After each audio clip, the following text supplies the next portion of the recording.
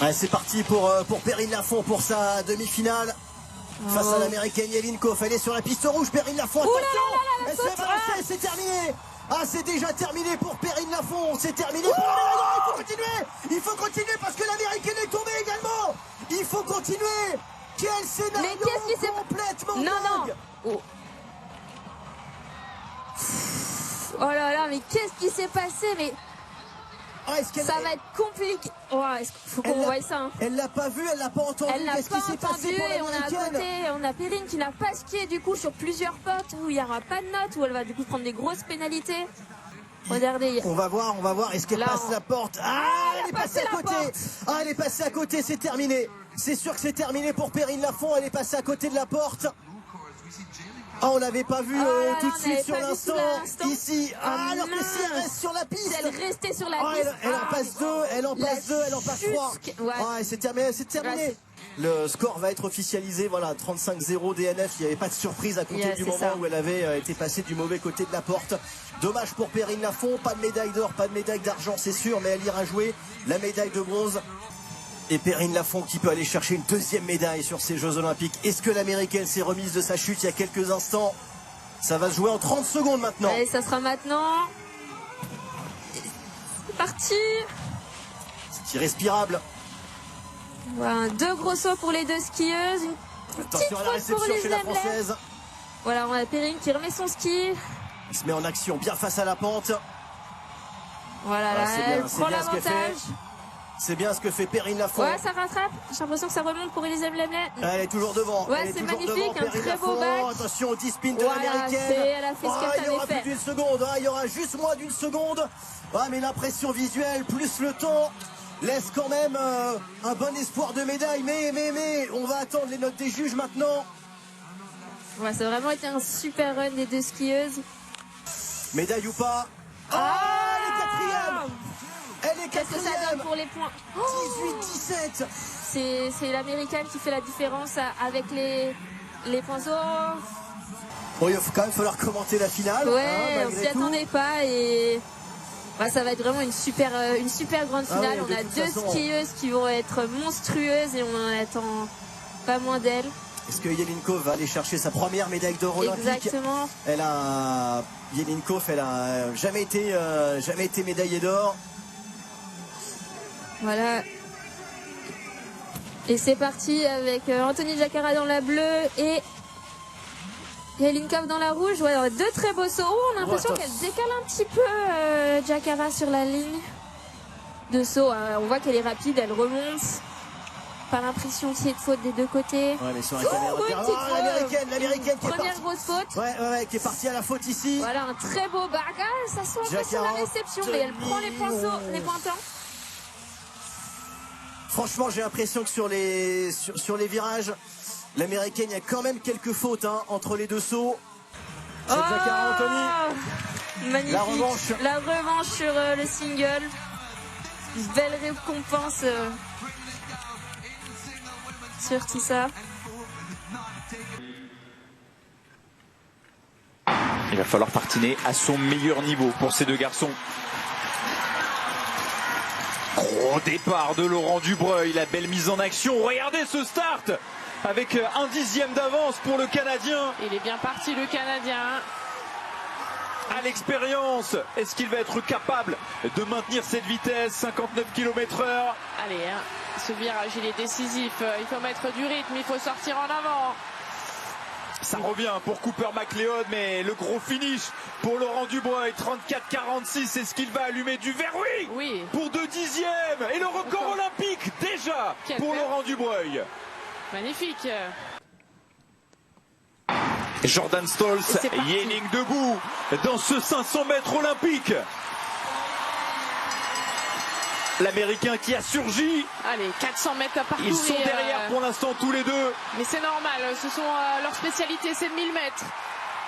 Est-ce qu'il est capable de faire une razzia? Il ambitionnait 3 médailles d'or. Jordan Stolz, on l'alignera également sur le 1500 et sur la mass start. Qui est sur le couloir intérieur. L'avantage du Néerlandais pour terminer. Yening debout qui a fait une petite erreur. Et Jordan Stolz qui va terminer peut-être plus rapidement. Et c'est devant avec le record olympique. 33 1m79 à 1/100 du record du monde pour Jordan Stolz. Et Hennig debout en deuxième position provisoire. Oh, la marque de Jordan Stolz qui prend une grosse option sur la médaille. Allez. Pas d'affolement, il faut être super clean par-dessus pour prendre la vitesse dans la pente. Allez, super clean, on y va. Allez Léo, premier départ au JO pour le skieur de la Clusa. Il fait son entrée, alors qu'il y a beaucoup de coureurs qui ont déjà couru. Johan l'a trouvé dans un bon mood ces derniers jours. Attention, un petit peu droit sur celui-ci. Oui, mais l'engagement est bon. J'aime bien l'intensité. Il y a eu effectivement un petit peu bas. Bien. Allez, on espère le voir. Il fait pas beaucoup de travail là sur le plat. Ça mériterait de pousser encore un petit peu plus. C'est très propre.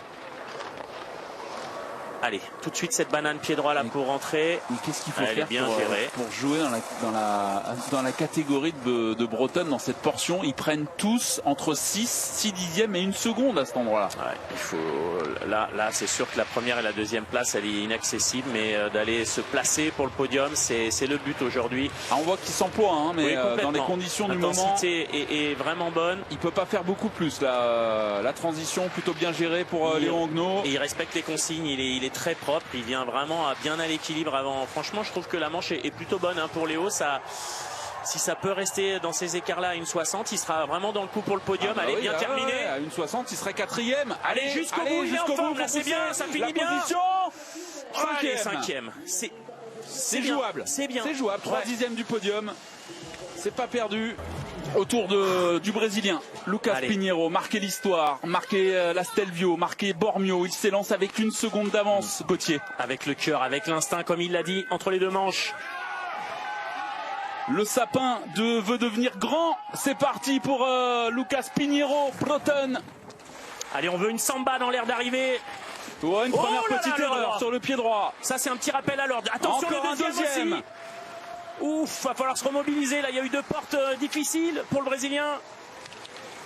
Il a perdu 3 dixièmes dans l'affaire. Il a toujours 7 dixièmes d'avance. Par contre, attention, là, sur ce secteur-là, Odermatt a été redoutable. Ouais, ça s'enchaîne. Il a été tellement bon ce matin en première manche dans cette partie. Il remonte bien sur ses atouts. Toutes les parties. Plus à l'équilibre maintenant. Il fait jeu égal. Il a toujours ses 7 dixièmes d'avance. L'or lui est promis. Est-ce que ça va tenir? Attention aux dérives. Attention, il est un petit peu sur l'arrière aussi. Allez, cette banane et après le plus dur est passé. Ouf. Oh, le ski gauche. Là où Maguaf avait failli sortir tout à l'heure. Allez, faut tout donner jusqu'au bout. Est-ce qu'il va lui en rester beaucoup? À la barre du dernier plat, il a 1 demi-seconde d'avance. Ça va le faire, ça peut aller jusqu'au bout. Samba do Brasil, peut-être, pour Lucas Pinheiro Breton. Oui, elles sont justes les trajectoires, ça va aller au bout, c'est bon, ça est fixe. Pinheiro, il est champion olympique. Il est champion olympique pour 6 dixièmes. La la la la la la la la. Lucas Pinheiro Breton, premier Brésilien médaillé au JO d'hiver. Et c'est l'or qu'il va obtenir autour du cou. Moment d'histoire, moment d'anthologie, moment de folie. Il a tenu, vous avez vu, il y a eu des limites, on sentait qu'il était à 2 doigts de décrocher dès les premières portes, à l'entrée du 2e mur. Il y a eu ses appuis arrière, mais il l'a voulu. Il s'est redonné de la hauteur. Il y allait avec le cœur, avec l'instinct. Quel skieur, quel parcours, quelle aventure. Et il n'y aura pas de titre olympique ici pour Marco Odermatt. 2 médailles d'argent, 1 médaille de bronze, mais pas d'or. L'or aujourd'hui, il est comme le jaune du drapeau brésilien. Il est pour Breton. No, you guys keep trying to ask me if I can put words into these emotions, but I really can't. I really can't.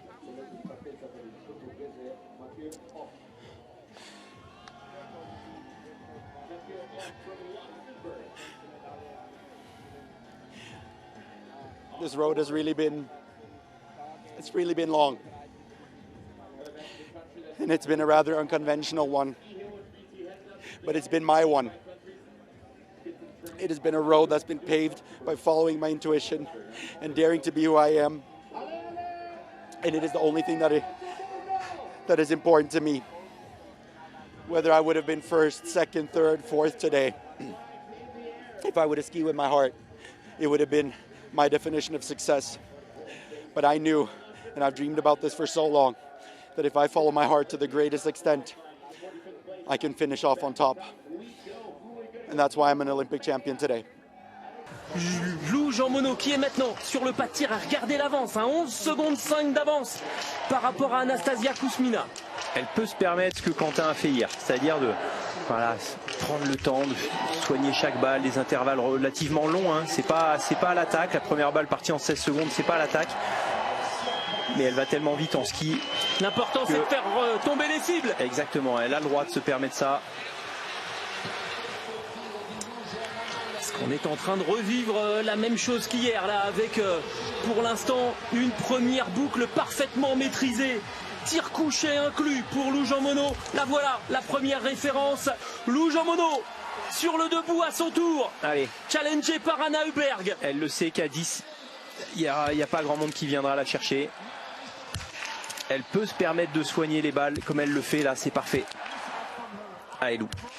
Aïe, ça a bougé. Allez, on y croit encore. Aïe, 9 sur 10 pour Lou Jean Monod qui va devoir redoubler d'efforts sur la piste pendant qu'Océane Michelon négocie le tir couché, rentrer avec 4 secondes d'avance. Elle va peut-être ressortir devant. Ouais, mais elle aussi, les Françaises qui sont pas très rapides sur le pas de tir.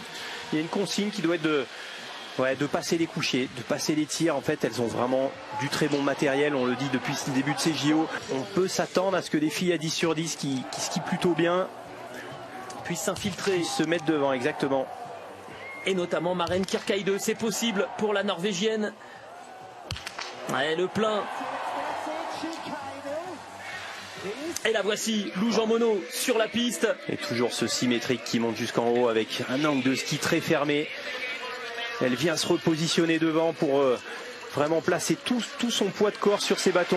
Et là, ça pousse fort, ça presse vraiment bien. Maren Kierkeide qui ressort à 10 secondes par rapport à Anna Hüberg. Allez, faut nous filmer Océane Michelon, c'est la gagne là, qui se joue. Allez Océane, c'est parti, rentrée.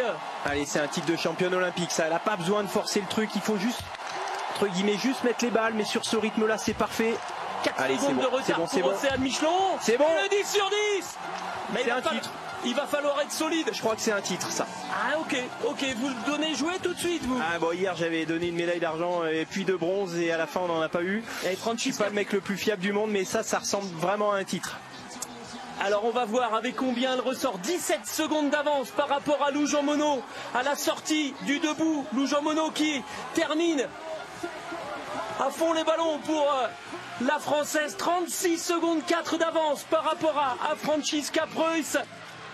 Il y a des prétendantes pour les médailles, mais on sent que Océane Michelon est devant. Allez, ça peut être podium aussi, ça, pour Maren Kierkeide à 10 sur 10. Hop, attention. Oh oui, joli. Le 10 sur 10 joli. Pour la jeune Norvégienne. Oh, le point rageur là de Siegfried Mazé. Ça fait pas les affaires de Lou, ça, qui risque d'être éjecté du podium. Oui, et attention, Maren Kierkeide dans une dernière boucle, elle est redoutable aussi, Loïs. 9 secondes de retard par rapport à Océane Michelon. On va trembler encore un petit peu quand même. Allez, les derniers mètres là, tout mettre Océane. La première course olympique pour Océane Michelon. Quasiment 20 secondes d'avance sur Lou Jean Monod. Course olympique, et ça c'est une médaille d'or.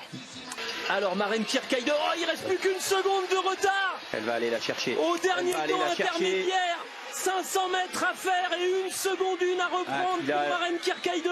Là elle le sait, elle est en mission. Au fond de l'écran, Maren Kierkeide qui risque bien, Loïs, de prendre l'avantage sur Océane Michelon. Championne olympique, Maren Kierkeide. Quel athlète. Wow. Quel athlète après le relais mixte difficile de se relever. Et d'aller chercher ces secondes là, incroyable. Incroyable réaction de Maren Kierkeide. Je sais pas si j'ai eu de la chance ou pas, mais dès mon début de course, j'ai eu la chance de commencer avec Lou et Lampitch dans mon premier tour, ce qui me lance vraiment dans des bonnes conditions. Donc je suis contente d'en faire un début de course d'équipe et ça me lance vraiment bien, ça me met à mon affaire. Et je suis arrivée sur mon debout, je me suis dit je repars pas sans le plein et je suis très contente de l'avoir fait. Et c'est peut-être la fois où je reste le plus lucide après un plein debout. Je me dis c'est pas fini, il faut aller jusqu'au bout. Le dernier kilomètre a été très dur. Je pense que j'ai pas assez mangé. J'avais beaucoup de mal, j'étais stressée ce matin. j'ai beaucoup de mal à me nourrir avant la course et je commence à avoir des vertiges dans le dernier kilomètre. Je pense que dernière ligne droite, je suis un peu tout en zaï, mais qui du bonheur. C'est dingue parce que c'était long l'attente pour que vous ayez une première course olympique. Vous êtes vice-championne olympique, Océane. Ouais, je crois que je réalise pas du tout. En fait, ça fait par moment. Il y a un moment dans l'air d'arrivée où je me dis ouah, deuxième. Là, je vois la famille, ça décharge émotionnelle et je pense que ce qui va faire très bizarre, ça va être la cérémonie des médailles et ouais, c'est que du bonheur et je suis aussi très contente pour Marine qui fait une très belle course. Oui, on va dire que ça me plaît parce que j'avais pas encore la couleur. J'avoue que c'était quand même pas le genre de course que je voulais faire ce matin. Je suis énervée à propos de mon tir debout parce que tout était bien et je me laissais envahir par les pensées parasites de résultats et d'envie de médailles qui vont avec. Mais du coup, je suis vraiment très contente d'avoir cette médaille au bout parce que, à nouveau, une faute sur des jeux, avoir une médaille à la fin, c'est vraiment cool. On se dit, Lou, elle a la bonne stratégie. Elle est très rapide sur les skis et elle prend son temps sur le pas de tir. On sait qu'elle a la capacité à aller devant. C'est ce qui se passe, hein. On voit le 5 sur 5 sur le coucher. Oui, mais en fait, sur le debout, ça doit fonctionner pareil. Mais c'est peut-être que justement, le fait que je prenne à peine mon temps, c'est je laisse la porte ouverte aux pensées parasites un petit peu plus. Alors que si je me mettais dans une dynamique de pas de prise de risque, mais en tout cas un peu plus engagée, j'aurais peut-être pas le temps d'y penser. Enfin, je vais y réfléchir pour demain, je verrai. En tout cas, c'est mon caractère. Je préfère. En tout cas, j'ai les jambes aujourd'hui pour me permettre de me poser au pas de tir, donc je le prends et voilà. Et j'espère que demain ça jouera bien. Lou, 3 courses, 3 podiums. Demain, ça va être fantastique. J'espère. On verra bien. C'est vrai que ça va être passionnant parce que ça va être très ouvert aussi cette poursuite demain. Oui, complet. Et puis, c'est les jeux, il peut toujours tout se passer. Déjà en biathlon de manière générale, hein, c'est les changements, les mouvements dans la liste de résultats, c'est régulier. Et donc on verra demain. Mais j'ai les jambes, je sais ce qu'il faut que je fasse sur le pas de tir et je suis confiante. Ce sont des courses toujours très attendues, les relais, sur les grands championnats, les grands rendez-vous internationaux et donc les Jeux Olympiques, forcément. Relais féminin pour ouvrir. Ouais, mais j'ai un petit peu peur pour la bataille parce que Eva Andersson, elle est tout simplement à son top. 2 fois médaillée d'argent. C'était vraiment sur ce premier relais qu'il fallait tenter quelque chose sur la Suède. Et elle va partir avec un petit peu d'avance. Alors Celine, c'est pas n'importe qui. Celine peut peut-être revenir, mais ça n'est pas évident. Il va falloir vraiment qu'elle fasse un gros départ. L'avantage à 7 secondes pour la Suède sur l'Italie, la Norvège. On retrouve ensuite la Tchéquie, la Finlande, les États-Unis, le Canada. Se mettre dans le rouge.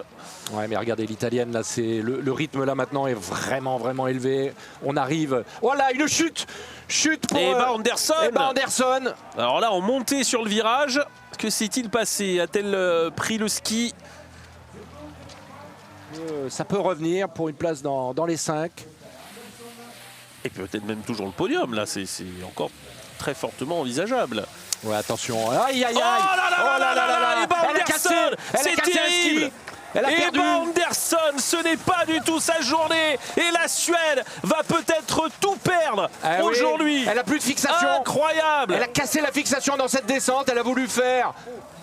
Voilà, il n'y a plus de fixation tout simplement. Incroyable. Aïe, aïe, aïe. Et la Frida Karlsson. Eh oui. Et où sont les techniciens dans cette zone? Parce qu'il n'y a pas les techniciens partout. La Suède est en train de tout perdre. Eva Andersson est partie en roulé-boulé sur la neige. Et le point de règlement là. Ces conditions, on avait de quoi tout chambouler aujourd'hui. Et ce sera le cas. Elle s'est tout simplement trompée également. Hein. Je pense que ça ne vous a pas échappé, mais elle a fait, allez, on va pas dire une Mathis d'éloge, mais elle s'est trompée. Elle n'est pas passée dans la zone.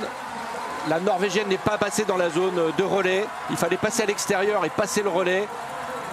Et vous l'avez vu, elle n'est pas passée. Ah bah, elle se trompe toutes. Alors, oui, bon, c'est peut-être moi qui ai mal compris. Non, parce que je pense que le classique arrive de ce côté, de ce côté gauche. Oui. L'autre, à mon avis, l'autre ce sera pour le skate, c'est ça. Oui, elles viennent tous sur les traces de classique. Le ski de fond est un sport d'extérieur, tout dépend aussi des conditions. Et la Suède s'est fait piéger. La Norvège est championne olympique. Elles sont heureuses. Ah ben là c'est normal. Le coup idéal. Il va falloir simplement jeter un œil pour l'écart avec la Suède.